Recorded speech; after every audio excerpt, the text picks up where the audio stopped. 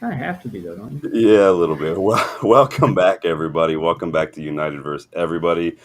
I am your host, Sean, and get your questions in now for Christian Eriksen because we are chilling with Dylan again. Dylan, say hi. How are you? How's everybody doing? Hope you're doing well. Yes, Dylan is back. He has graciously agreed to join me, put in some time, and you always know that we do value his input, his perspective, his opinion, and I really value the work he puts in. Dylan is a teacher, so you know Dylan is all about that. He's got that notebook ready to go for you guys. But it is Friday night football this week, yeah, right.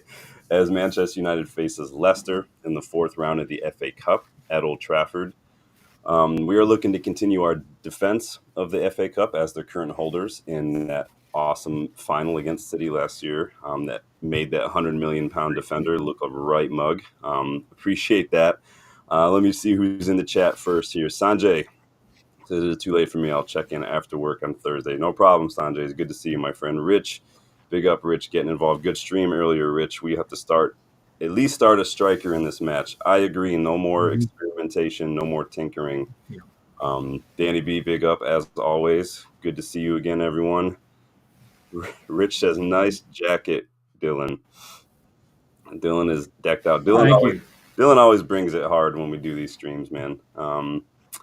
Box, big up, Box. How are you, my friend? He says Luca is on one tonight. Oh, Modric. Are you talking about the Copa del Rey? Yeah.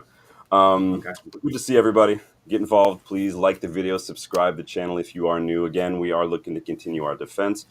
We're here tonight to preview the FA Cup match. We're here to talk a little bit about the transfer window, get Dylan's thoughts because I haven't spoken to Dylan yet about it. It is a reunion with Ruud van Nistelrooy, who, remember, he took over for Steve Cooper a couple months ago, right? And that was after he was let go of his job as interim United manager when we sacked Eric Ten Hag. And so we had some good results against Leicester when Ruud was in charge. Dylan, you and I think, were at a pub watching one of those matches, weren't Yep. we? Yeah, I can't remember which one it was, but I think it was one of the cup matches. I think it was the cup match. I think it was that 5-2 cup match Yeah. Yeah. that we just were scoring for fun, which we Mhm. haven't seen in a long time. But Yeah. our performances lately have been less than convincing, to put it lightly. And we're just not scoring goals like we did when Ruud was on the touchline. So we're going to talk about all that. Like I said, we're going to talk form, we're going to talk team news, et cetera, as we preview this match. So again, like the video, subscribe if you're new, hit the bell to make sure you don't miss out on any content. And then if you are so interested, if you want to learn how to get more involved in the channel, go check out the membership perks because you get some of those give you the option to have a bit more say in what we discuss. Especially when we do these kickabout panel shows, we'll literally do a whole segment on a topic that you suggest for that membership tier. So go check that out. Before we do get stuck in with the news, we can all stop and have a little laugh at Arsenal, please, because Arsenal, I've just been in the mud. Time to order a 6-pack of Gooner tears to go alongside with my Scouse tears. Um, Dylan, we could see a Newcastle Spurs final in the Carabao Cup because Liverpool, I think, are down 1-0 in aggregate, right? They are. Yep, they are, but they are playing at Anfield, so that's going to be interesting. I I don't want Spurs to win just because they're Spurs. Um, What are we going to banter them with if they win a trophy finally? oh, I don't know. I mean, they're Spurs. The banter's kind of Yeah, built in, I guess, but yeah. I mean, it's the Tin Cup, so we can just say that's the best you could do. it counts when we win it. It doesn't count when they win it. Yeah, exactly. That's Let me see what everyone's saying before I jump in here. Not seeing it yet. Boxing a couple recently. Richie's That just might out. still be the Modric stuff. Yeah, yeah, yeah. Oh, I think you're talking about another YouTube person. Interesting. Oh, okay. Rich says some people think YouTube success depends on shouting. It's not for me. Yeah, I agree, Rich. I don't like the whole just negative for negative sake kind of thing. We've talked a little bit about that with some YouTubers. Like, I try to be real. I mean, Dylan can probably tell you I'm the same as I am here as I am Yeah. in person. Probably just a little more. The voice is probably different. I feel like I talk like I'm selling something on here, but I feel like you kind of have to. Um, but we're going to get stuck in, you guys. So get your thoughts in on the match. We are going to jump in first with a little bit of final transfer news because we did have one final deal of the normal transfer window that was confirmed a little bit ago. Let me add this to the screen so everybody can see what I'm talking about once I get it figured out. There we go. So if you guys haven't seen the news today, so Tyrell Malacia did join PSV Eindhoven on loan. That was confirmed by both clubs today. So good for us though, because apparently it is they're paying his entire wages, which is I think like 75K a week. The buy option is about £8.5 million. And then we also have a 30% sell on, so they choose to exercise that buy option. So really good deal for us in terms of the loans this transfer window. That could actually see us make money on Malacia in the long run. Dylan, your thoughts on Malacia? When he first arrived, was it 2 summers ago? I was very excited because it was like, hey, we got a deal over the line. We needed defensive help. And then Luke Shaw decided to be his super self for 6 months and kind of put Malacia on the bench, and Malacia gets hurt. So I think the potential that we kind of saw probably outweighed some of the potential. It's not like he can't get there, but he just never really, the injuries definitely hurt, but he just never quite fit that mold. Not that he didn't try, not that he didn't put forth the effort, but yeah, I think this would be great for him. It's going to be, especially with the wages being covered, it's going to be great for us. Yeah. And if they do the buy option, that's going to be awesome. So, I wish him the best. I think he represented the club well. I know we got frustrated with him for being out for so long, but when he's come on this season, no, he hasn't fit every facet of it, but he's done his job, or he's tried to do his job to do his best of his ability, and I'll thank him for that. I know it wasn't always the easiest for him, but kudos to him for giving it a go. Yeah, you can't fault him for putting in the effort, and like you said, the best of his ability. I've just never felt this is not, it's going to sound like I'm slating him. I've just never felt like ability wise it was up there enough. He was older than I think a lot of people realize because he looks about 8 years old, but he's literally like 25, 26 almost. I just never adequate backup option, cheap backup option. I didn't have a problem with that at all. But unfortunately, he's had the misfortune, injury aside, from being in a United side, that really he was probably going to end up being a starter more often than not with Luke Shaw's fitness and whatnot. And with that prospect didn't fill me with a whole lot of confidence. I think just Premier League is just not it for him. It's just fine. No. We got him from the Dutch League. He's going back to the Dutch League, albeit a different club, but that happens way more frequently than I think people realize too. So many players move around to all these different Dutch sides. It's like you'd think it would be a little bit more strict. It's not. They don't care. There's no loyalty in football. So, but best of luck. And like I said, we could stand to make a bit of money off that if he does get sold. And even if he's sold for another just 10 million, that's literally we're making more than we paid for him at that point. We got confirmation today of Napoli's pursuit of Garnacho. So there's a lot of talk about that going on in the transfer window. There was a lot of iffy, is it real or not? But Garnacho, Napoli's sporting director Giovanni Manna actually confirmed, said, "We liked Garnacho. We made a very important offer to United to leave the Premier League, though he wanted to be economically satisfied, but we didn't find it fair to our players." So basically, if Garnacho was going to leave, he was going to ask for a high wage, and that probably would have hurt Napoli's wage structure. What do you think about Garnacho? Is he one that you would hold on to? Would you be one that you'd be fine selling if we got a decent fee? The last part of the season here, these next few months are going to tell me. From what I've seen, the fact that he gets benched for the Derby, the fact that he learns from that, starts playing. No, he's not scoring goals, but they're adapting a little bit to him. He's kind of doing a little more of a job than he was. He seems to have lost, at least for the time being, a little bit of the diva streak. He can keep that going, and he can kind of adapt to that system, and they can kind of build it around him a little bit, just tweak it slightly. I think there's a role for him here. But if he kind of goes down that same Rashford pipe, we got to get rid of him. We got to have people that want to be there and want to get better. I applaud Garnacho. Like I've said the other day, Rashford and Garnacho were kind of in the same boat in many ways under Amorim. They both missed out on the Derby, not part of the squad. Garnacho got his head down, got off social media, got to work, made the changes, basically showed some humility. Rashford did not do. I'm not trying to turn this into a Rashford bash show or a Bashford, if you will. But it's just a difference in mentality. It doesn't take much to just apologize, get your head down, and get to work. And that is really all Amorim really asked. So the ability to not only work, but just recognize when you're not doing enough and make changes. So we'll see, like you're saying, we'll see what happens. He has been playing a little bit more now. We'll see. I've always said it's up to him to decide if he wants to play one of these 10s, because that's really where he's going to play in this system.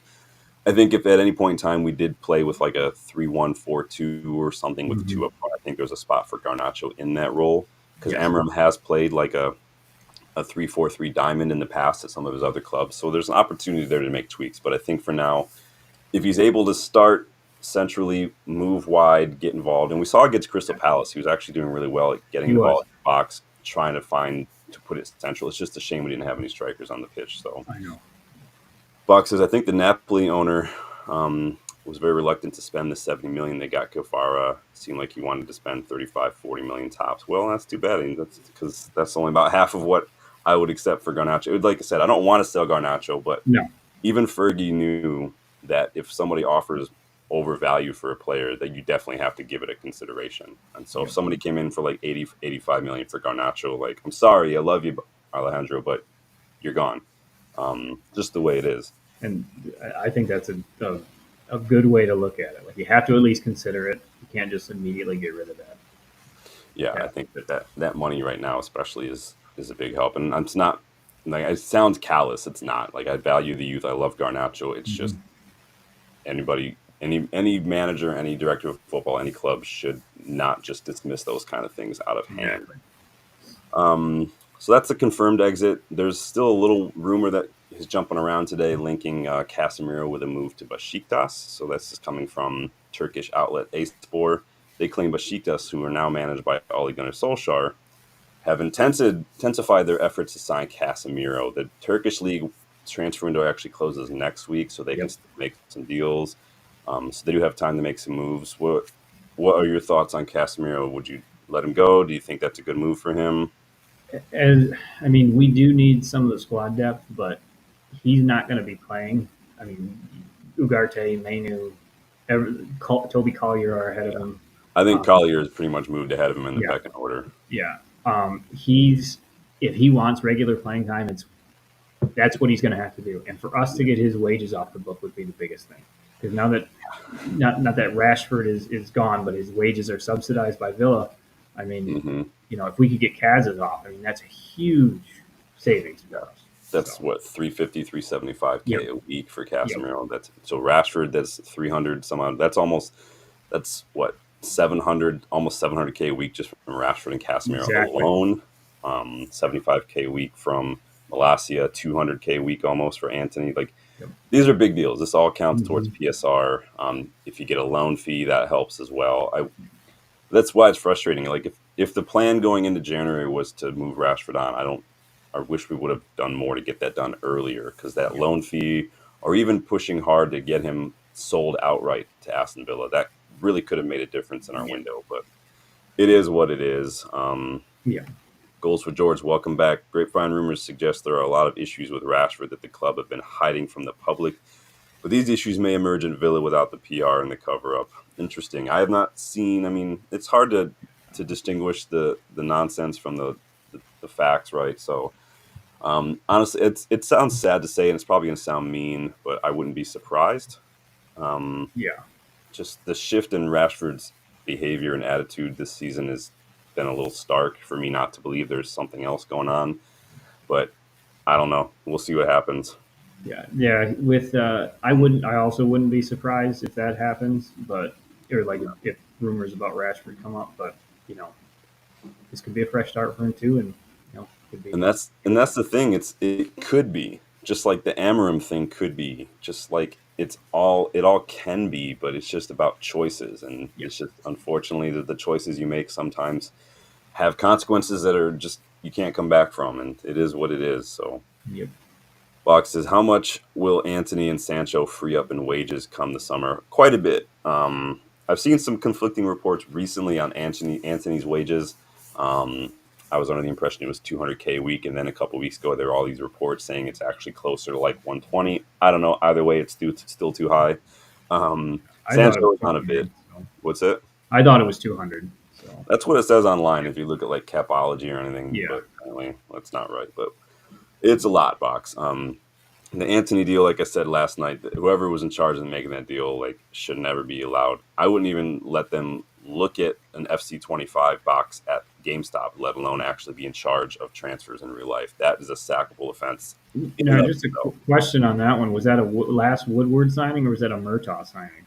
Oh, I'm pretty sure that would be a Woodward, or not Woodward, Murtaugh, because I think Woodward was a sacrificial lamb after the Super League stuff, which Yes, would have you're been right. 2021, and Anthony would have been 22, 23. Um, And it was just, yeah. I don't blame Ten Hag for that in terms of cost or wages because he doesn't decide that stuff. I do blame him a little bit on his talent identification because it Oh left yeah, a lot to be desired.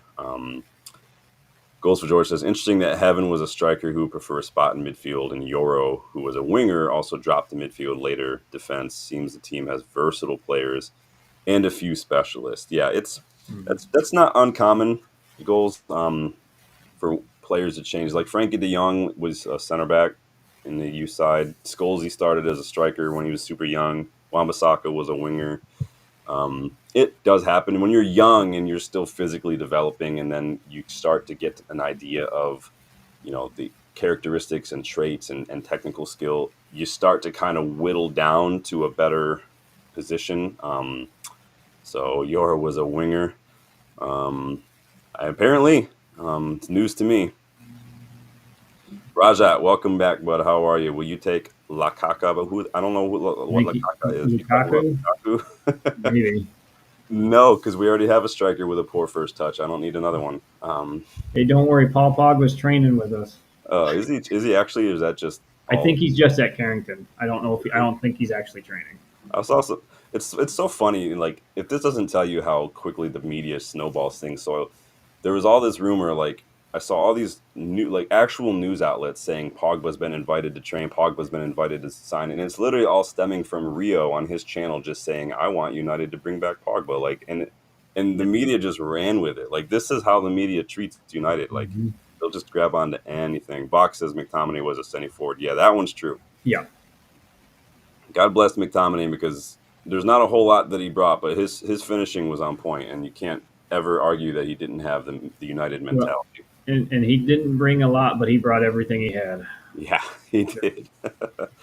So that was a little bit of the news jumping in. Let's jump into this match, you guys. Don't forget to like the video, subscribe if you are new. So, like I said, this is a return to Old Trafford for Ruud van Nistelrooy. He did manage us for 4 games after we sacked Eric Ten Hag. Remember, 2 of those games, though, Ruud guided us to big wins over Leicester, both in the league and in the Carabao Cup. Hasn't gone well for Ruud since he took over at Leicester, though, quite frankly. You guys know the old adage, that I just said it earlier. It's never, the team's not doing well if you sack a manager midseason. So when you're coming in midseason, it's usually because things are not going well. So they are 18th in the league right now. They only have 3 wins in all competitions since he took over, and 8 losses and a draw. So not doing stupendly. So I think that they hadn't won for like a month before he took over either. So again, they haven't been doing that well. Something we know all about, sacking managers midseason. I mean, United. Yeah. Danny says DeLitt was a CM. I think I remember something about that. I couldn't remember. I always thought in my mind I was like it was either De Jong moved or DeLitt moved. I couldn't remember, and then I remembered it was for legit De Jong as well. So I haven't watched a ton of Leicester, Dylan, since obviously you and I watched that League Cup match. I don't have enough time to watch as many games as I used to. I watch them every now and they do have some good players though. Yeah. I think Elkanus scored us against us when you and I were watching that game. Yes. He was one of the players. So I did a video a while back. I don't know if you watched it on relegation sides and a couple players from each one that I would take at United, and Elkanus was one of the ones that I would. Are there any players at Leicester that you would take at United? Buonanotte. Is it? Yeah. I don't know if that's how you say it or not, but Close enough. Yeah. I like Ndidi. I've always liked Ndidi, though. I think Yep. Ndidi is just a good Oh player yeah. all around. Trying to think of who else that Leicester have. Get involved in the chat if there's anybody at Leicester that you would take at United. This isn't a combined 11. I don't do combined 11s. I think that's a waste of time. It's just for fun.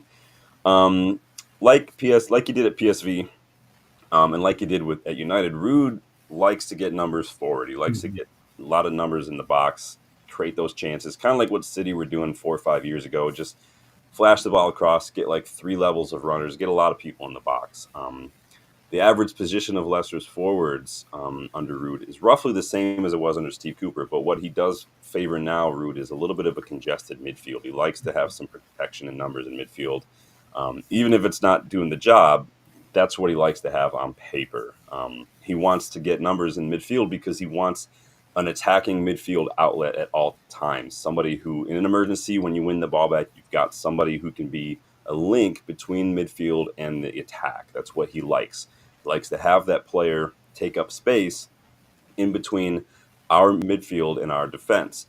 Exactly the kind of spaces that Liverpool were hurting us with when we played them earlier this season, the kind of spaces that we tend to get done by because we leave big gaps in midfield. We saw it against Palace again. We saw it against FCSB again. A lot of big gaps in that midfield, which we need to figure out to do because they can hurt us with that. The movement between the lines is where we're constantly getting done. Let me jump in on these chats real quick and see what's going on. Roger says we'll take Madison. Yeah, he's already gone though, bro. You guys are I'm way behind. Bach says that Spurs away win was big for Ruud. Yeah, I did see that they did beat Spurs. That was a big win for them. I think they beat QPR in the cup as well to get here. Bale was left back, Rajat. That is true. Bach says Vardy still got a goal. Yeah, we're going to talk about Vardy a little bit. I forgot that he was still there. Dude's about my age now, so no jokes.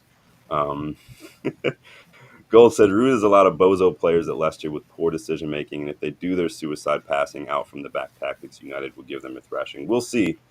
We will see. We do have some players who do love a high press. I think Højlund is actually like really high in terms of ranking for balls won in the final third this season.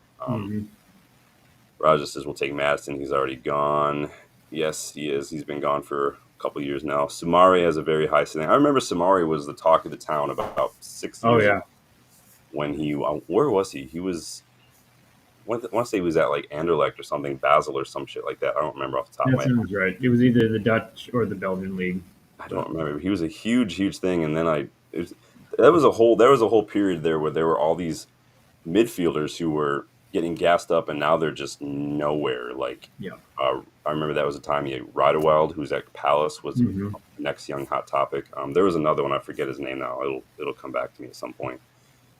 Rich, does Ruud get in a combined 11? Did Ruud get into our all-time 11, or was that that was Rooney and Cantona, wasn't it? Yeah, but Ruud was right there. Yeah, we were all kind of fighting about it. Like, do we include Ruud? We included the one I was still surprised didn't get in there was Rio, personally. I thought he'd get in, but honestly, the back two that you guys voted on was a scary back two, though, the center back pairing. I would love to have seen that. For those of you who didn't watch, we did an all-time starting 11. Dylan and Joel joined me, and you guys voted on a center back pairing of Yapstam and Nemanja Vidic. So, cheat code. If you do want to watch that, our exact reactions are hilarious when we see that come through, because we're like, people are dying. Like, oh man, I believe my initial reaction when I just read the comment before I did it, it was just, oh shit. Yeah. As Rich says, smash the like, people. Appreciate that. RSV, the Michigander here. I'm trying to get RSV to come join us at Loaded Dice one day. It says, big up, y'all. I would highly recommend checking United Muppeteers channel regarding the finances, why we didn't go this big in January, and the plans for next summer. Yeah, we talked a little bit about that last night. I did a video on just my thoughts on that. And I meant to get your thoughts, too, while we're talking about that. What are your thoughts, Dylan, on the January window and all that? It's not the best window. I'll start with what I'm optimistic about. We did bring in somebody that has the ability to play at least a left-sided wingback defender in Dorgu. Yeah. So there's for some cover there. We can get Dallo out of that left side. Not that he's not doing his best, but it's just not a good fit for him. Well, he's not naturally left-footed. It's just Yeah, it slows things down a little bit. yeah. Um, I did like how we kind of held out for deals a little bit. Now the time it took to get everything, I'm not happy about, but we didn't take crap deals. We kind of send a little bit of a message that hey, we're not going to just get pushed around. Yeah. Um, that The that I liked. the deals we did for these loans actually varied. I And thought the loans were handled very well. that was my next point with the loans. I think are going to down the road are going to really pay off, especially for the young kids. I think those are going to Yeah. do well. No Um, panic buys is a plus too, I think. exactly. Um, and I would on your channel the other day you mentioned this not bringing a striker hurts. That's a risk. Um, we're kind of betting on the group that we have is going to start kicking on, and I think they can, but it's got to start happening, and otherwise it's going to be tough. Yeah, it wasn't. I mean, a lot of people are not happy with the window. I'm not happy with the window. I'm also realistic in the sense that Oh yeah, we just don't have the money because of PSR, no, and I'm not saying that that's just a get out of jail free card. Like I said yesterday's video, I feel like the onus was on Ineos to find a solution to that earlier on. yeah, Push a little harder for a permanent sale for Rashford, for instance. Move a little quicker. Maybe it's your job. You can't just sit there and hold your hands up and say, "Well, PSR." Like I get it, but that's your job to figure it out. yep, Like if I own a restaurant and I'm struggling because of like COVID or whatever, I can't just be like COVID. Like it's on me to figure out a way to make money. exactly. Like, it's just that you have to find a solution to that, and it's not. And I'm also trying to temper it with the fact, okay, we know that they're planning long term. They're not doing panic buys. They're not doing the Veg Horse, the Igalo kind of stuff. I get that, but we need help now because I don't want to be Yep. this team in the championship next year. God no, No, we're not going to get relegated, but still, no, you but get what I'm saying. just the threat. RSV says Ineos aren't perfect. They have made some blunders, but I will start fully judging them after a couple winters. I agree with you. RC says next summer is very critical. It is very critical. This January, I feel like it was the Dorgu one is a good signing, like you said. Mm-hmm. Box says I always rated Ricardo Pereira, but he's eternally injured. Yeah, it is unfortunate. Raja wants to know who Leicester City's goalkeeper is. What's his name? Hermanson or some shit? Hermanson, yeah, Hermanson. or It's actually, Herman, something like that. yeah, it's actually pretty decent. Mhm. Raja said, "Hey, yo, it's not Friday today." It is not Friday today. That is true. If only. That is how time works. It is not Friday today. Raj says, Luke Shaw, another setback. He really needs to go get rid of. He's injured. Yeah, I think for me, it's more of an issue with Shaw. Like, you might just need to start thinking about retirement at this point. Yeah.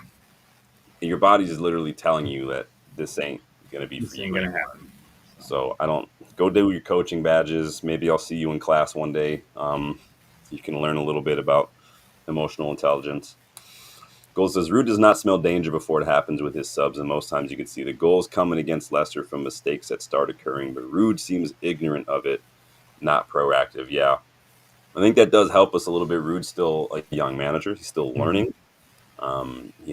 He's been very picky with his choices, but I feel like it's almost to a point where he might have been a little hesitant to get back into the swing of things. But Raja thinks Kukonki and Kone are going to start versus Leicester. Interesting. Well, we're going to talk a little bit about starting 11 later because I did have Dylan choose the starting 11 this time. So if you guys have a problem with it, he's right here. You can go in on him.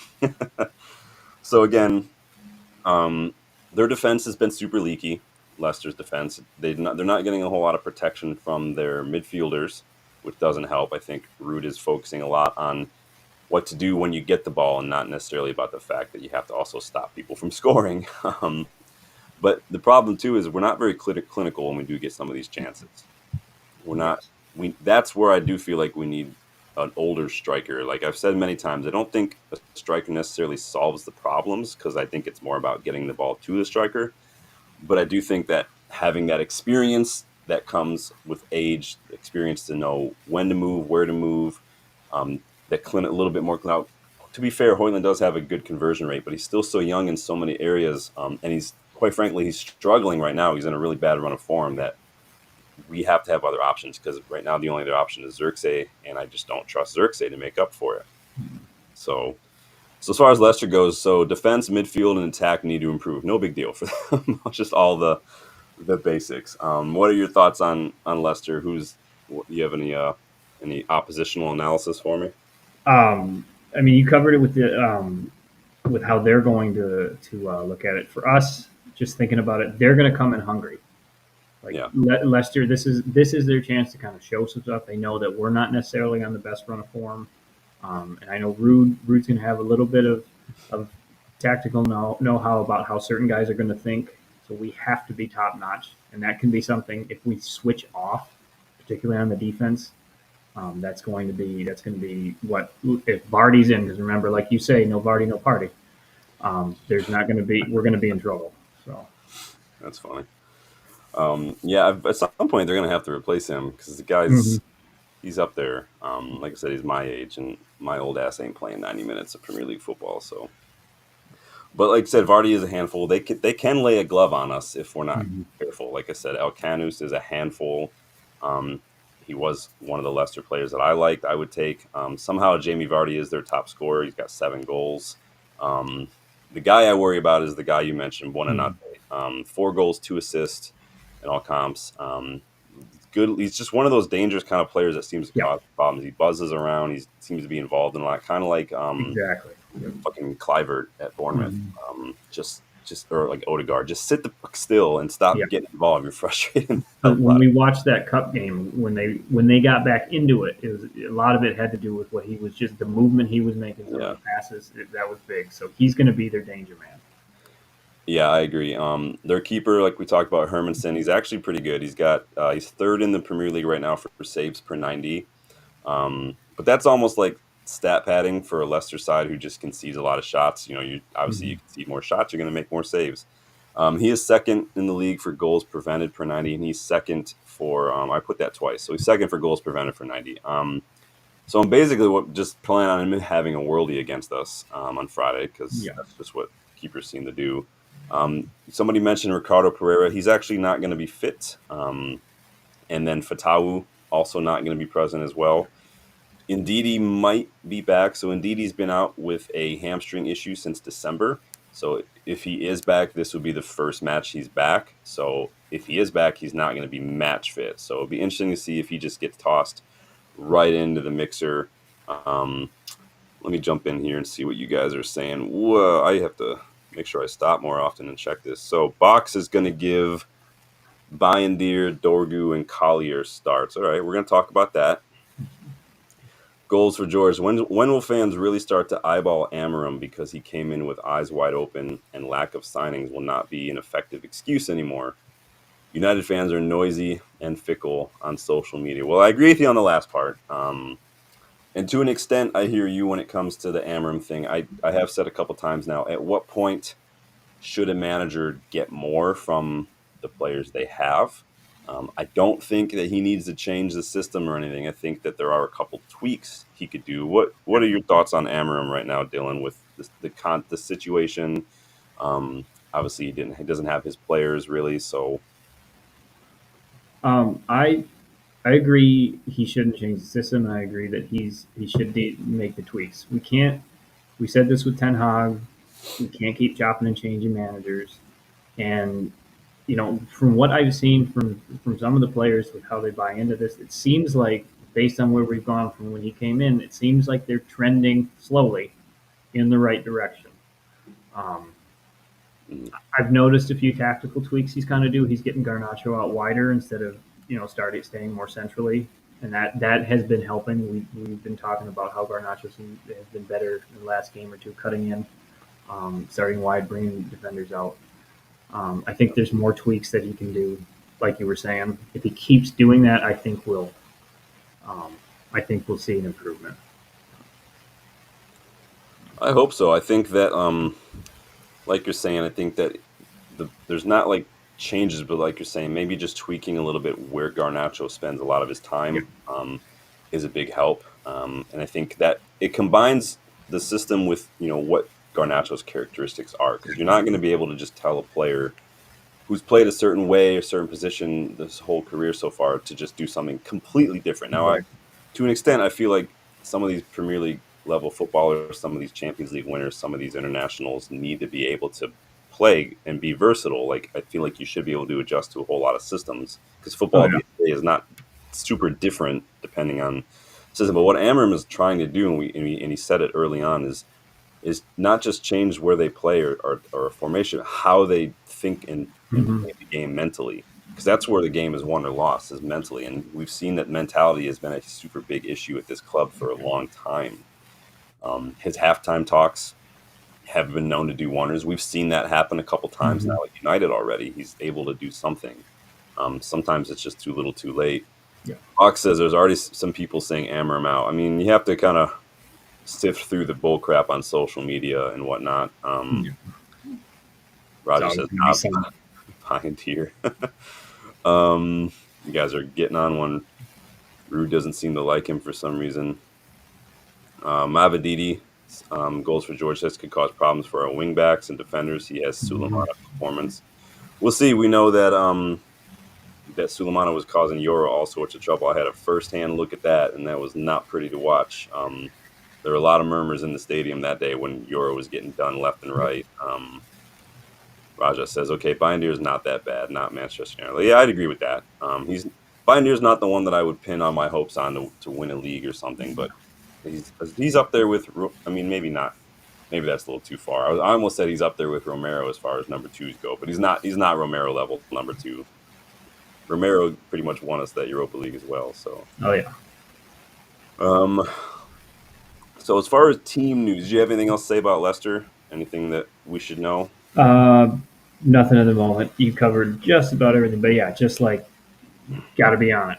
We got to be on because they are. Yeah, I just there's less and less to preview with, because we've already played them so much, and I've done a preview for each time, so it's like there's only so much I can say about the same team over and over again, and there's really only so much I can say about us, Yeah. because it doesn't change that much week in week out. So no Licha, unfortunately. Obviously, we got that horrible news. Mhm. Still no Mason Mount. Probably still no Luke Shaw. There was reports this morning that Shaw had suffered a setback. But then there were a report coming from Mike McGrath that he's going to be training on Monday, but he's probably not going to be ready for this. So I don't know what to believe or who to believe. It's all With, over the place. with Shaw, it's a crapshoot. So I'd be I'd probably die of shock if he were fit more than anything. I feel like oh it's yeah. just easier to say when he's fit than it is to say that he's still not fit. Yep. It's anyone's guess though if Dorgu or Heaven will feature or make it to the bench. I think obviously Dorgu's been playing first team football, so as far as fitness goes, he's there. Yes.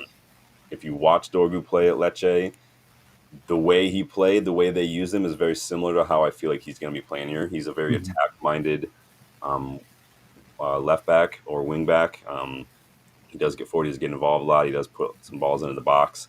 Still young though, so we'll see if he's already got the vote of confidence. I'd say rotate, but honestly, this might present the best chance we have of silverware this season, Yep. given how we're playing. Right, there are a lot of teams still left in it, so I know that obviously Arsenal aren't in it. You're welcome. Liverpool, Chelsea, City, Spurs, Newcastle. These guys are all in it, and they've all given us some trouble. Um, I think that given how we're playing, though, it was frustrating to watch the Palace game because of just we managed to keep the ball into the final third for good spells in that first half, especially. So I wonder how that first half would have gone had we had some strikers on the pitch. So I'd like to see a little less tweaking. I think that as far as the team selection, Amram took a step backwards, in my opinion, against Palace. Whether that was to send a message or what, I couldn't tell you. A lot of people speculating, but I feel like I would have wanted to see a striker on the pitch for some of those chances. Hmm. What do you feel about our form right now and how things are going? Uh, Form wise, in terms of just I mean, our win loss record is shit. But um, honestly, I was as much as it was hard to watch us lose on Crystal Palace against Crystal Palace. There was a lot I liked with some of the fight with the possession. Um, there were there was the passing that seemed to be working. I like Mainu in a little bit more of that 10 role. I think he opens some things up, especially with Garnacho or Ahmad. Not that Bruno or anybody else wasn't doing it, but Mainu seems to find some of those channels, sometimes a little bit more than Bruno does.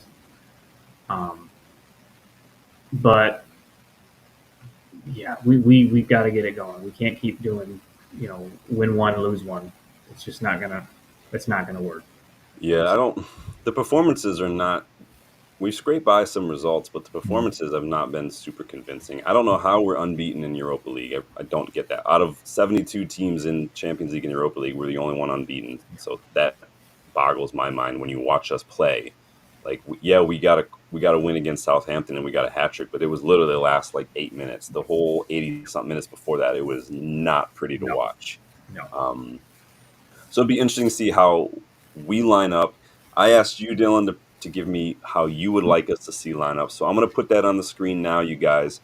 So again, this is how Dylan wants us to line up. This isn't a prediction or anything. So again, if you don't agree, you can yell at him because he's here. Yeah, feel free. But we're going to take a look at how Dylan wants us to line up. So Dylan, walk us through this and let us know what your thought process is for some of this. All right. I'm going to start with Bayandir in the back. He has been our cup for the last few matches, at least in the cup competitions. He has been the cup goalie, and he's looked pretty good. Now, I can't say he doesn't have these moments where things happen and he lets something, he shouldn't, because that happens. But me personally, from what I've seen with him in these cup competitions, and I know the level of competition is a little bit different. He seems to me to be more consistent in how he commands the box. Yeah. He seems to have more confidence than Onana, especially after the Arsenal game. Like he seems like he feels a little bit more to himself here. Like he trusts himself, and so I'd give him there. I'd give him the keeper there. Center backs with uh, with Martinez going down. I mean that hurts. And I went back and forth between Delict for experience, but I ended up going. Harry is not the fastest guy, but I've liked his presence when he's played in the center. I wouldn't play him the whole game because you do need to rotate, keep those guys fresh. Or maybe you take Euro out, but I'm going to have Maz. I'm going to have Maguire in the middle. I'm going to have Euro on the left. I think Maz and Lenny will help make up for the speed difference that Maguire is definitely going to have. And Lenny, this is a good experience game for him. He's still young. He has shown that he's, besides the Sulemana game, he's shown that he's got some of that capacity to take that up. So I think it's a cup match. If we need to change things, switch some things up, we can always sub him out, throw Delict in there. I'd rather not have to do that. I think Yoro's going to have enough confidence there.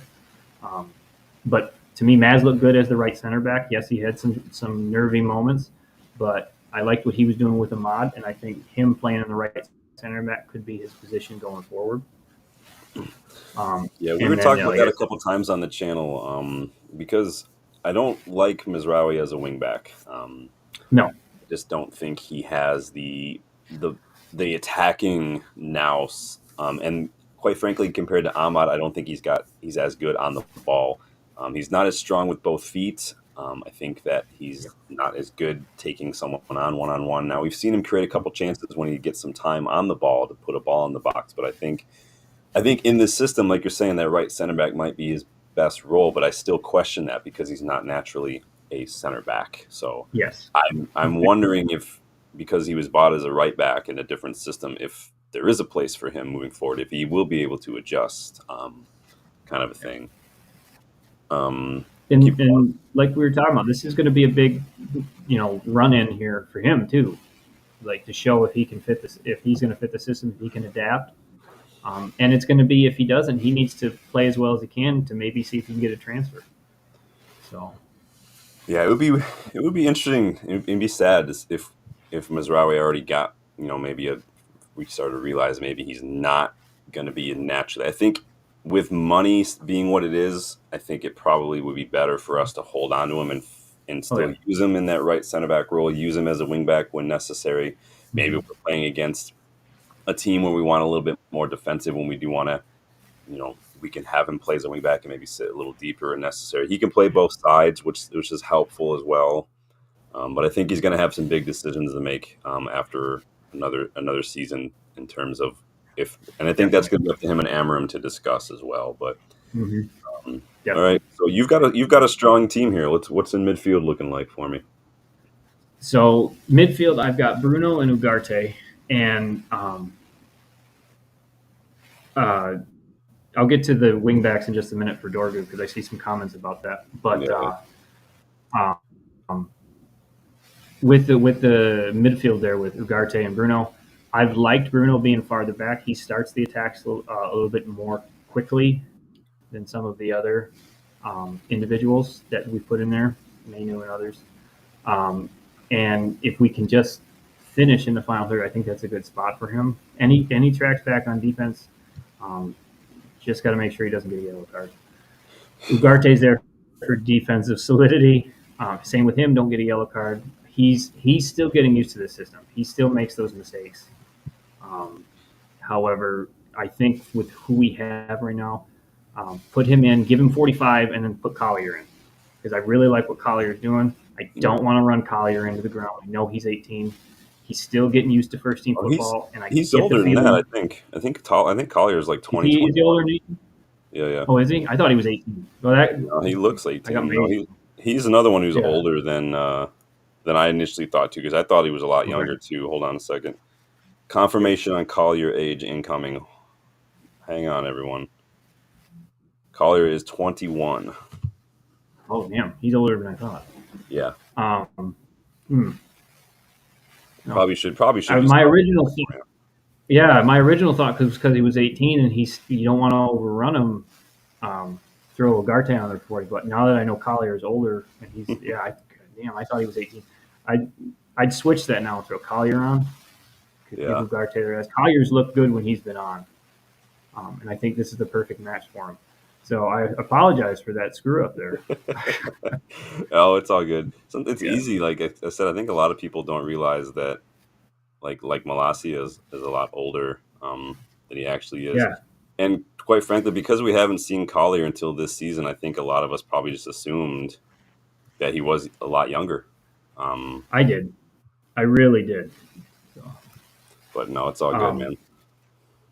yeah, so that would be my switch there then, and then have Ugarte if we got the lead, have him come in later for defensive solidity, Yeah. at least for the back three.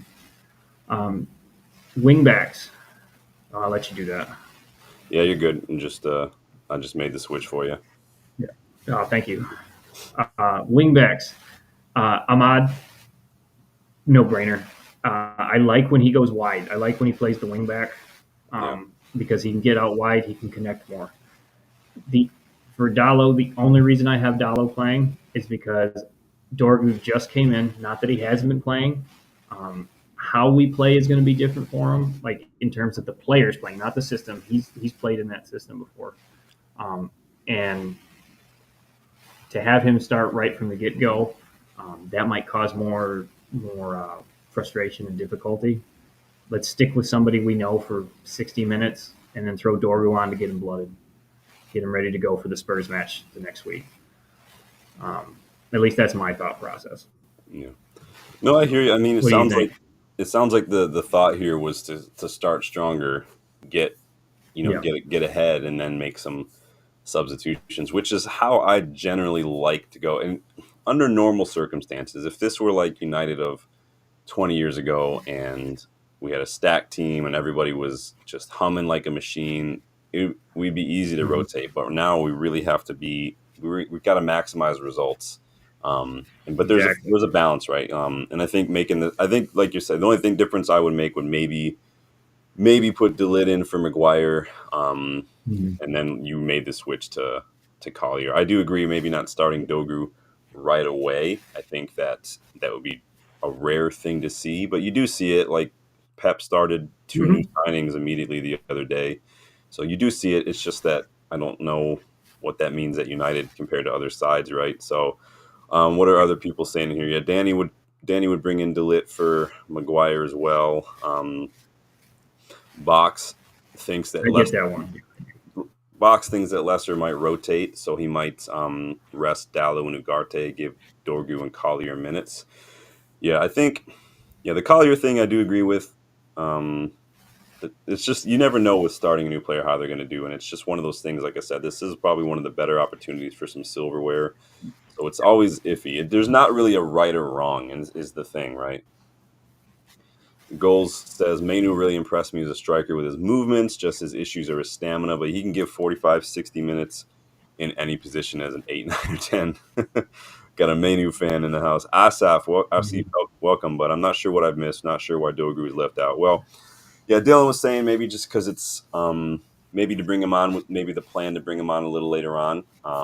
Again, we don't know how Amram is with new signings and starting them right away because this is his first signing at the club.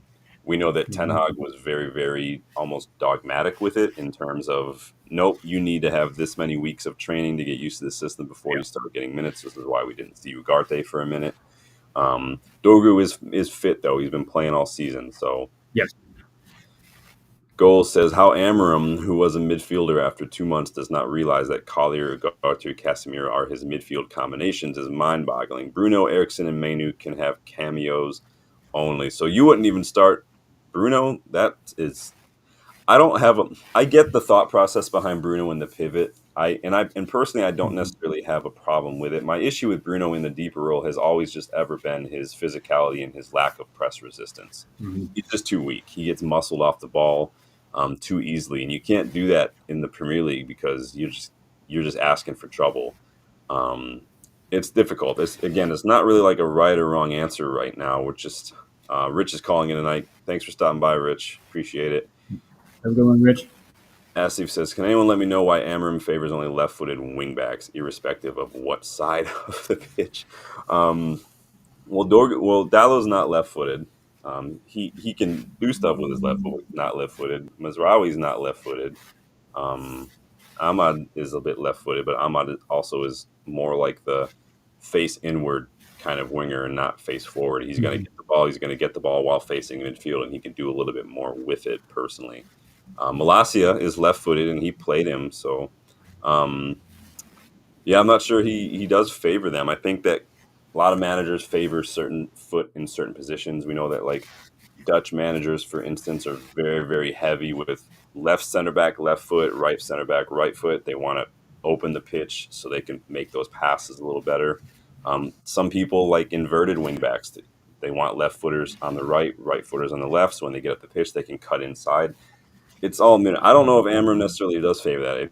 Can anyone tell me if that's something that they've noticed? Bandomac, welcome in the chat. How are you? Good to see you again. How you Goals says doing? we're chilling with Dylan tonight. Bandomac, aka Christian Eriksen. This is Dylan's starting 11. We're just getting our thoughts on it now. Goals says Collier was one of the older and bigger players in that youth FA Cup winners with Garnacho, Gore, Manu, and Hugel. Yeah, I like Collier a lot. From what I've seen from him, Yeah. he got excellent reading of the game. His positioning is really, really good for a younger player. That goal line clearance the other day was Mhm. saved us a point against Fulham. I think that was. Yeah. He's not afraid to He's get. got confidence. Yeah, he's not afraid to get stuck Yeah. in at all. I like what I see from Exactly. Collier a lot. Buck says we've got Chelsea in the next round of the Youth Cup. Nice. Yeah, I was at the FA Youth Cup, and we looked really, really good against Preston North End. It was a good match. Lee Sports Village is a good spot to go. So, Dylan, you've got Hoyland, you've got Garnacho and Manu. Tell me about this front three. All right. Well, I think we've waxed poetic here about the need for a striker. Um, with our strikers, with our striker options right now, um, and per your video the other day, I'm fully supporting getting. Was it Beyond Cherry? I don't know if I'm saying his name Yeah, right. Biancheri, yeah, he's Um, that like yeah. 18-year-old. He plays kind of Yeah. play with. He's like an attacker. He plays with Obi Martin when they play together, but he would be perfect in one of these 10 roles. Yeah, I'd love to see some of the youth come up, start playing in this. The way you were describing him, I haven't been able to watch much of him, but it seems like he'd fit maybe later down the road. But for this match, let's just before we get too sidetracked, Hoyland, we need of the two. I see Xerxes as more of like the second striker that links up the play. He might come in behind the first striker after they get the ball and shoot. Like we had a two-striker system. So Hoyland's going to get the nod, but he needs a goal. And in my show notes, I was showing you before we started doing this. I'm like, our main thing we have to do is score. And we kind of mentioned it. Like it seems like it's one of those things where, we're getting decent positions. We have to just finish. Like the lid's got to come off at some point. Like let's do it tomorrow. Let's do it Friday. Like let's start going on a run where we start getting some goals. Yeah. And that could be so key for strikers is just getting that first goal, breaking that duck. Can be big for just mentality alone. And we saw, especially for young strikers. And I think that for me, the frustration, and I didn't mean to interrupt, sorry, but for me, the frustration is like we say we need to score goals. And I think when we say that, there's just connotative understanding that means that the strikers are not doing something right. And I think that for me, that's not always necessarily the case. I think the problem for us, yes, Hoyland's had a bad run of form. Yes, his first touch has been abysmal, but I think that a lot of it is a lack of ball progression, is a lack of finding the strikers as well. It's not just down to one or two people. It's the team itself. The team has been not great at scoring goals. Our GD in the last couple seasons since Ollie has been just god awful as well. So it's hard, but you're right. We do need to score goals, and we do need big games from these strikers. The question is, as Lionheart's is saying, do you see goals in this team, and where are they coming from? Shout out to Lionheart. How you doing, man? Honestly, it's getting that lid off the goal and getting something to fall. I mean, looking at the Crystal Palace match, we had in the first 10 minutes where we had one hit the post, we had another fly by. We had some opportunities, we just didn't take them. And Garnacho was flashed a couple balls across the face of goal. Yep. And hopefully, if he can get into those positions again, Hoyland be there. If it's gonna be somebody, or it's gonna be a couple people, Hoyland's gonna get lucky, finally get one. Garnacho's gonna flash some. Ahmad's gonna get some. Maybe Kabi flies in the right spot, or we get a penalty. We just gotta get going. And that's the thing. Goals change games too, because if Leicester, I imagine, going to set up a little defensively in terms, because maybe even just not tactically, but mentally, the players might play a little like that. And the moment you score a goal, it forces them to open up a little bit. It forces them to take a few more risks. What that does is expose. I mean, you see it all over the place in football in general. And goals do make a difference for both sides. And I think that, like you're saying, we need to start scoring more goals. It doesn't matter where that comes from. Just we've shown some of the link-up play. We just got to finish. And I think the more they play the system, it'll come. It's why when I liked Kabi in the false nine, just given a different look. But I think he'll work better as a 10. I put him on the right side there because I think he and Ahmad are going to work really well in terms of how they pass the ball. I think Kabi can get it to Ahmad out wide. Ahmad can then get it to Kabi, and then Ahmad goes back inside. That can pull some defenders. Maybe Hoyland pulls some defenders. Garnacho, Bruno comes over. Maybe we get something off that, and that can work on the other side too. Just need more movement too. We don't have enough movement. Well, that area of the pitch. So you think? Think there's goals in this side in year 11? You think the goals are coming? I want to believe it. I want to believe that they're there. I know they are there. Will they come about? That's the hard part. Yeah. I honestly have this being a 2-1 win for us, and it's going to be like a close 2-1. We're going to be eking it out if we win. Because if those goals don't show up, we're going to just struggle. Yeah. Yeah, because we've all seen it the other way too. When we can play well, we can have good spells of play, but then we're not. It's just the one link in that chain is just not working. We're missing a couple chances. and you already start to see heads drop a little bit. You already start to see people regressing to the mean, reverting to type a little bit with their Yes. way they're playing.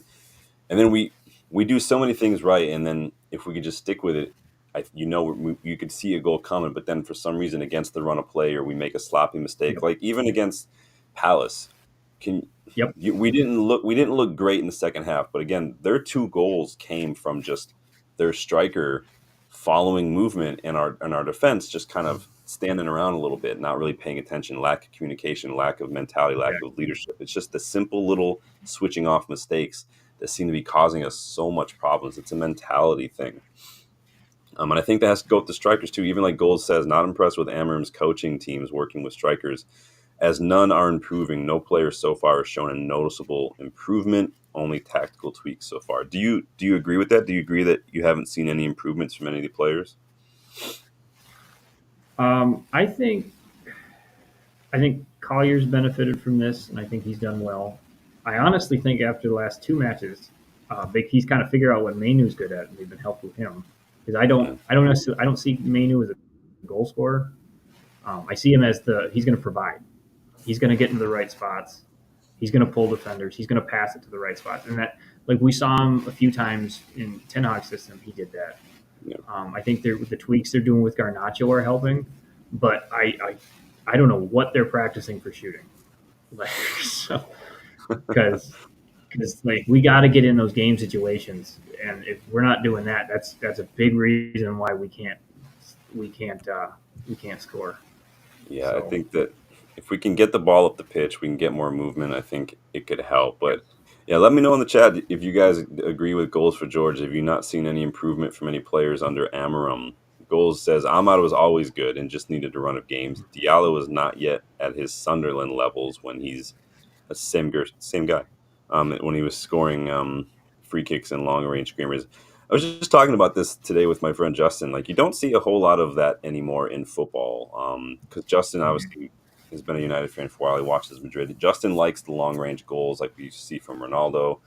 He likes, we don't see those anymore. And I think, we were talking like football has become a lot more data driven in sense of you don't score directly from free kicks that often, so we're going to not do that anymore. You're not going to score a lot of 40-yard screamers anymore, so you're not going to do that anymore. And I think more and more now you're starting to see more tactical. Like, this is why players don't like Jack Grealish. I was telling Justin, like, this is why I think Grealish doesn't look great under Pep, because Pep removes all of that expression, all of that creativity, all that flair from his players. You don't see a lot of those chances taken. It's all high percentage pass, high percentage shot, high percentage positioning.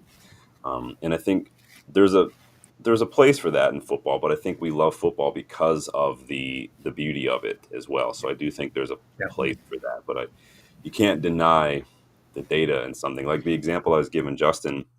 So like when Roberto Mancini came to Man City, they were struggling on corner kicks, and he had his data team basically analyze thousands of corner kicks and decide how the best way to score. And they decided, like, the numbers show them the best opportunity you have to score from a corner is an in swinger at the near post that gets flicked on. And Mancini told them, like, no, it's always the outswinger. You want that power header, you want that, and like we love it as fans because it looks beautiful when you get an outswinger and you get someone like Ronaldo or Sergio Ramos just heading it in. But statistically, it's not likely to score. They switched their corners. They found that they started scoring more, and they found they started scoring more when they were switching to an in swinger at the near post with a flick. So there's a time and a place for it, I do think there's always going to be a need for that beauty, for those get you off your seat moments in football. But at the same time, it's the data's there as well. It's hard to find that balance. Sorry, I went off on a Yeah. tangent, but No, you're this good. That this was a good reminds me of tangent. a conversation I just had a couple hours ago, so it was still fresh in my mind. Lionheart says it is the best team we can put out there, but let's be honest, it's pretty dire. I can only imagine the bench is in a similar state. Yeah, we're not. I mean, I think there's a lot of recency bias here, and I think for United fans, that recency bias is stretching for like a decade now. So I don't know where the cutoff is for recency, but it's it's been a shit show for a while. Yeah. Box says he's actually seen improvements in Garnacho. I think I've seen improvement in Garnacho's attitude. Definitely. Sure. And against Palace, we actually I would argue that we did see some improvements with just his positioning and trying to find people in the box more this time? I would say just overall, I'm starting to see a little bit of a shift in how we fight. Like we'd have those lulls under Ten Hag and Ole where we just be like look like we just couldn't get anything to work, and we still have those, but it seems like we're starting to get a little more consistent with the fight. Like we're Yeah. going to bring a little more pressure more routinely, and you're always going to have lulls in the match. But I didn't really feel like we were out of it until it was after the first goal went in against Crystal Palace, and then I started to see them like, oh, we can't get to the ball. Oh, we can't. There you started to see the heads go down later in the match. So I think there's a little bit going on there. Yeah. So, And even if you like look at like I don't know if you can see it on camera, like the momentum from the Palace match, like a lot that red is yeah, all United, like, and so yeah, we're in possession, we're dominating, we're actually the momentum is on our side for the majority of the match, but at the same time watching it, yep, did you ever feel like we were in control? Like it's hard. no, Like saying we look good in certain spells, saying we had a good first half, it doesn't mean I'm saying like we were the better side. It just means we were. I could see what we were doing. I could see what the plan was. yeah, I could see a little bit of what we're trying to do. It's just it hasn't quite clicked yet. It hasn't quite gotten over the line yet. And I yeah. think it's getting closer. It would I do. I agree. it would get closer a lot quicker if we had some better players, personally. But You're right. I'm going to take this off the screen real quick and put us back since we're already talking about this. So you guys get your thoughts in on the 11 if you guys saw that. We were still just kind of chatting about the. Sorry, I have to do like extra steps on my end to switch all this around. So while you guys see me go quiet, that's what I'm doing. Asif says, is there a chance Lindelof will play Friday or more the rest of the season? Does he get more opportunities in the left center back role over Aiden or Euro? Honestly, I think Lindelof's probably below the pecking order, below Euro. He might even be below Aiden since we just signed Hayden and we already had Lindelof, and Lindelof is going to be leaving probably for free in the summer. So he could, though. You never know. I think that Lindelof has never looked to me convincing in terms of physicality for the league. I think he gets done in the air. He gets out-muscled. He does have a pass on him when he gets time on the ball. And he can do the simple things fine, like when there's a ball coming in. I like that his first thought more often than not is to just clear the danger instead of trying to do something fancy with it. But at the same time, again, kind of like the Bayern deer, like he's fine for like fourth choice, but he's not, I wouldn't rely on him to start week in, week out. And Yep. he's not too much money to be like fifth choice center back personally. I forgot all about Lindelof, honestly. Goal says every team should have 2 or 3 freestyle players who can entertain the fans with their skills because fans come to the stadium to be entertained by skills, not boring robotic set plays. Is that a dig at Arsenal goals for George? Those set plays are not. They're not helping them these days. I've told you guys it wasn't sustainable. You can't just live on set pieces alone. I thought I saw Kai Havertz go down injured earlier too. Did I miss that? Ooh, So I didn't see anything about that. yeah, I was watching it a little bit in the background.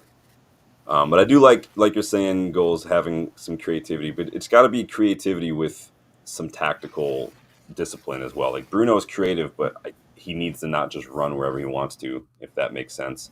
Like Odegaard gets around the pitch, but watching Odegaard have free movement does not look the same as when Bruno does it. Odegaard looks a little bit more focused, a little more controlled all the time. And that's not a dig at Bruno. It just clearly they're very different. Asif says the forward line has been neglected due to defense needing addressing as a priority, hence why Rasmus has not had the guidance he needs. Yeah, I agree to an extent. I can't excuse the poor performances, though, recently. The poor first touches and things like that. I think Rasmus, unfortunately, he doesn't have someone to learn from. He doesn't have an experienced striker he can ask questions about. He's going to have, honestly, if I were Rasmus, I would probably look into getting hooked up with outside help in terms of outside striker coaching. Like Obi Martin is meeting with RH, I think, coaching. He was on Stratford Paddock a couple weeks back. Like meeting, like if players are able to talk to like personal trainers, nutritionists, get second opinions from doctors and whatnot, why not for coaching as well? Why not go the extra mile? Show that you're trying to correct things. Get some one-on-one striking help. put in or request the club to do it. Maybe get some extra training. I don't know, but something needs to be done there because I feel like it's getting so much into his own head that even like the basics, like the first touch and stuff, are just not Mhm. there anymore. But it was a good point. He just needs to go talk to Cantona. Just get some coaching from Cantona. Tell Eric to get his go take him for a walk and teach him how to freaking control a ball. There you go. Steinar says, "Well, we have lots of position, but it's empty position. There's no real threat to it." Yeah, no, we can have a lot of possession. We're just not doing anything with it, unfortunately. So it seems like we might be a bit of a cup team right now, Dylan. We're doing well in Europa. Well, obviously, we got knocked out of the League Cup, but that's okay. It is what it is. We're doing well in the FA Cup. Obviously, we beat Arsenal, but apparently everybody does today as well. Wouldn't it be funny if Arsenal fans, I've said it for over a year now, Arsenal fans are not ready to have that conversation about Mikel Arteta and whether or not he's the guy to move him forward. It just is what it is. But now's the time where I want to hear you guys' score predictions for this match. Let me know what you think is going to happen. I always usually go for a 2-1. I'm actually going to go for a 3-1 this time. Nice. 3-1 United because I'm just feeling like it. I don't know. There's no data or anything behind that. There's no reason. I just usually pick a random number. But I'm going for 3-1. I have a feeling that Leicester, and it sounds cruel because it's rude and stuff, but I feel like this is a game. This is one of those games where we can really use it to get some positivity back. I feel like. So I'm going 3-1. Dylan. Usually I go 3-1, so I'm going to flip. I'm going to go 2-1. Okay. So we'll switch our score predictions there. 2-1 United. 2-1 United. Goal says 4-0 United win. I like that. I like that. I like the positivity. He says, I saw a worrying stat that Ten Hag was sacked after 4 defeats in the Premiership, but Amorim is already on his 7th. Alarming if this is true. Interesting. Danny coming in with the pessimism. Leicester win in extra time or pens. If it goes to pens, I'm not ever confident if it goes to pens. Does it go straight to pens if it's tied in extra time? Yes. Does it? Oh, fuck. Because that's how we beat Arsenal. That's no. Yeah, you're right. Yeah. I'm never confident going to a shootout. That Coventry thing had me in heart palpitations watching Coventry. Box is calling 5-0. He's 1 up and he's going the Price is Right route. He says, you said 4-0, I'm going to go 5-0. So and he's calling for a Højlund hat trick. I would love a Højlund hat trick. I would love to sit down the haters, you know. Yeah, I'm going to be wearing my Højlund jersey all day. So all day, huh? They let you wear it. Yeah, I'm going to try to bring it to bring the magic. Nice. I got away when I used to work at Barnes & Noble. The rule was you had to wear a collared shirt. So I wore like every football jersey I had that had a collared shirt. I'd wear it on match days all the time. And I was like, say something. What you gonna do? Lionheart says Rasmus is 21. He's 22 now. He's not a kid anymore. He should know when and where he should run. Should already know how to take first touch and how to strike the ball. I mean, he's supposed to be a United striker. He is supposed to be a United striker. He is a United striker. But when was the last time we put all of our eggs in the 21-year-old striker basket without any sort of other striker? Even when Rooney came in, Ruud was still here. I'm not again, you guys know I went in hard on Højlund after that that one match where his touch just got worse and worse and worse. I'm not excusing him from criticism. I'm just adding context to this. I hate always having to say it, but it is what it is. When Højlund had 18 goal involvements in all comps his first season at the club, which was like the same as Cavani did in his first season at the club. And Cavani was one of the best strikers in the world at PSG and Napoli and whatnot. Furthermore, look at what all the top strikers that we know of now, what they were doing when they were Højlund's age. And that's everybody develops different rates. You can just try to remember that and maybe back the player a little bit and just saying. Now, again, I'm not excusing him. I need to see more from him because he's running out of time. Yes. Because, again, it's the basics that he's now starting to mess up because I do think it's getting to him in his head. But it is what it is. Sounds like most of us are predicting a United win, except for Danny B. Lionheart says we have one number 9. Yeah, exactly. We've got 1 9 because Xerxes said himself he's not a 9. Again, I'm not saying Hoyland can't do better and he shouldn't do better. I'm not saying it. Just we bought him as a 20-year-old and he was our only striker. I mean, that's all I'm saying. Like, and that's is what it is. What other club does that except when you're Erling Haaland? And if we're comparing every striker right now to Erling Haaland, then literally you're saying every other striker is shit. Like that's like comparing everybody to Messi. Like, if you're not as good as Messi, you're shit. Like, come on, let's do that. So 3-1 win for me, 2-1 win for Dylan. We got some 4-0 final. Danny says Leicester win on pens. We're gonna see, because the next round is gonna be interesting. We got a lot of teams. There's gonna be a lot of culling this weekend. So, you guys get your final thoughts in. Anything? What are any final thoughts from you, Dylan, on the match or anything you're looking forward to? Any final thoughts on anything? This is a good opportunity for players to showcase kind of what we saw a little bit with Crystal Palace and some of the other matches, the FCSB matches. They're starting to put things together. We need to see the end product. Yeah. And this is Premier League competition, as my accent comes out there. Premier League competition. This is the time. This is a good stage for us to set up. It's not Southampton.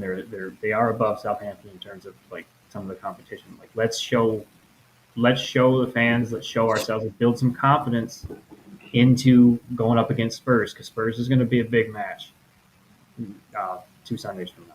So Yeah, and this could be Matthias Tell could feature, so that'll be fun. Yeah, it is going to be an interesting match. I think this is, like I said, one of the best opportunities we had for silverware right now. We do seem to be a bit of a cup team at the moment, so I would love for some of this to translate to the league, but I do think this match, like I said, could be an opportunity for a lot of the players to build something. And I've said that many, many times. It's just frustrating that our form has just been so back and forth, especially in the league. But we need to start doing something. And I say we are a cup team. I don't like it necessarily, because if we don't start putting together at least 2 wins in a row at some point in the league, it's going to get scary. Because literally another loss and some other results go our way, we're going to drop down to like 16th. So yeah, and that's going to be, pucker up time. So Danny wants to know what your plans are for next season here, Erickson. Everybody keeps talking about Ajax, going back to Ajax. I've got some contacts with the Welsh Premier League. They might be talking about. I've heard Panama's interested. The country of Panama. So. No, I did mention that a while back, that I thought going back to Ajax could be a good move for him. Oh, definitely. I know there was some talk about some Belgian teams, Anderlecht and whatnot, maybe looking at him as well. That'd be interesting. I think that would be a good move just to end the career. He's put in a good shift. Go have fun at home or closer to home. So yeah, I think Ajax do have a history of kind of having some older heads in and around the team to help. Dusan Tadic was there till he was mid-30s. Lasse Schöne played till he was in his mid-30s. They have a history of doing that. I think that he could be good, can be a leader. Ajax need a bit of stability right now. They've been shit since Ten Hag left. Yeah. But so have Sporting too. We just have a tendency to basically screw over other teams by taking their managers. So we'll see. Let me get a couple more chats in here before we go. Goal says, United is the only big club that gives young players so many chances even when underperforming. Rasmus would not get this at Milan, PSG, Madrid, or Barcelona. TikTok. Yeah, I mean, it's true. There's a lot of teams that don't do that. Well, we have a history of doing that. The problem is again, it's not that he's young. It's just that he's the only striker we had until this summer. And I don't think Xerxes is that good personally. So Linar says late 70s and 80s were a cup team, not such a bad thing. Yeah, it's not a horrible thing. It's not necessarily that it's horrible. I'm not saying I don't like that we're a cup team. I'm saying I want us to be better in the league too. Like, how can we translate? Because Hoyland's got like 6 goal involvements in the Europa League, but 2 in the Premier League. Like, and it was like, why? He's literally the 3rd highest goal scorer in the Europa League right now, Hoyland. And I'm like, you got to do this in the league. What's different about the league? What's working in Europe and not in the Premier League? Is it just more physicality? Like, I don't get it. But it's frustrating to watch for sure. So, the 70s and 80s that led to our 90s renaissance. Maybe that's a good parallel. Maybe history is repeating itself. Maybe we'll see. right now, history is repeating itself in the worst ways. This is the worst home form we've had since the 1800s. So Yeah. that's Back when we were awful. Newton Heath. A long time ago. So anyway, thank you guys for stopping by tonight. Thank you, Dylan, for stopping by tonight. Everybody thank Dylan for taking time out of his day, because it is a big chunk of change to take the time out to do the prep and everything. But I do appreciate you stopping by, Dylan, as always. Hopefully we can make this kind of a semi-regular thing. Sounds good. That's the hardest part of doing this sometimes, just coordination with time. But I appreciate everybody stopping by. Please like the video. Please subscribe to the channel if you are new. We are on that road to 3K. So I would love for us to get there sooner than later. Any final thoughts then, Dylan, before I let you get out of here and get back to your life? Just want to thank you for having me on. I really appreciate it when I get to come on. I always have fun. And thank you, the fans, Lionhearts Box, Goals for George, everybody on there. I know I'm missing a lot of people. It's always fun to talk to you guys, interact with you. So thanks for tuning in. Really appreciate this, guys. Yeah, no, he's right. I say it a lot. I feel like I sound old sometimes, where I'm like, oh, I can talk to people from around the world and using technology and that thing called the internet. But it really is, it's so fun. Like, I've gotten to know so many people, and we got people watching from all over, and it's been really cool. And I love that United has such a broad fan base. I love that the channel's building and having that kind of versatile community, and it's been great. But Goals is leaving it with a challenge. United finishing below 8th should not be acceptable to fans or the club as a whole after last season. No, I agree it shouldn't, but we're shit. So finishing above 8th is going to be a big ass. So on that note, let's just shoot for finishing above Spurs. Yes, that's always a goal. Shouldn't be that. I can't believe they won and we lost the weekend. They're still below us. That's ridiculous. So, all right, guys. Take it easy. Thanks again for stopping by. I'm going to let you guys go. I will see you guys Friday, maybe. I got class all day tomorrow, so probably not going to do one. I'm going to try to have something uploaded for you guys tomorrow, though. So you'll at least get some content, if not live. So keep a lookout for that. And I will see you guys after the match. I think Bill and I might try to hook up and watch that on Friday. So sound good. We will see you there. All right. Take it easy, guys. Have a good one, everybody.